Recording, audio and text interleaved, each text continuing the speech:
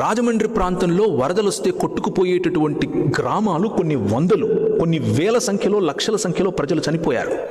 ఆ సమయంలో గుర్రం వేసుకుని తిరిగినటువంటి ఒక సాధారణమైన బ్రిటిష్ జనరల్, ఆ జనరల్ ఆయనకు బాధ్యత ఏమిటి అనంటే, ఈ భూమిని, తెలుగు ప్రజలను ఆయన ప్రేమించి ఆయన అన్నాడు, ఒక క్రైస్తవునిగా నా కాళ్ళ క్రింద ఇంత మంచి నీరు కొట్టుకొని పోవటమే కాకుండా ఇన్ని గ్రామాలను తీసుకెళ్ళిపోతూ ఉంటే నేను ఎలా గుండె మీద చేసుకుని నిద్రపోవాలి అని ఆలోచించి పైన బంగాల్ ప్రాంతం నుంచి కింద మెడ్రాస్ వరకు ఆయన గుర్రం మీద తిరిగి పల్లం ఎలా ఉంది, నీళ్ళు ఎలా వస్తున్నాయి అన్న స్టడీ చేసిన తర్వాత ధవళేశ్వరం దగ్గర ఒక బ్యారేజ్ కట్టాడు.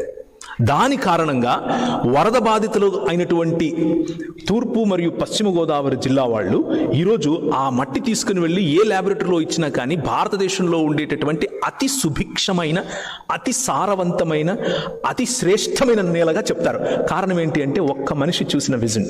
ఆ విజన్ ఏంటి అని అంటే, I love my people, I love Telugu people. That's the reason మీరు విడిచి వచ్చినటువంటి మీ కుటుంబాలు సుభిక్షంగా ఉన్నాయి.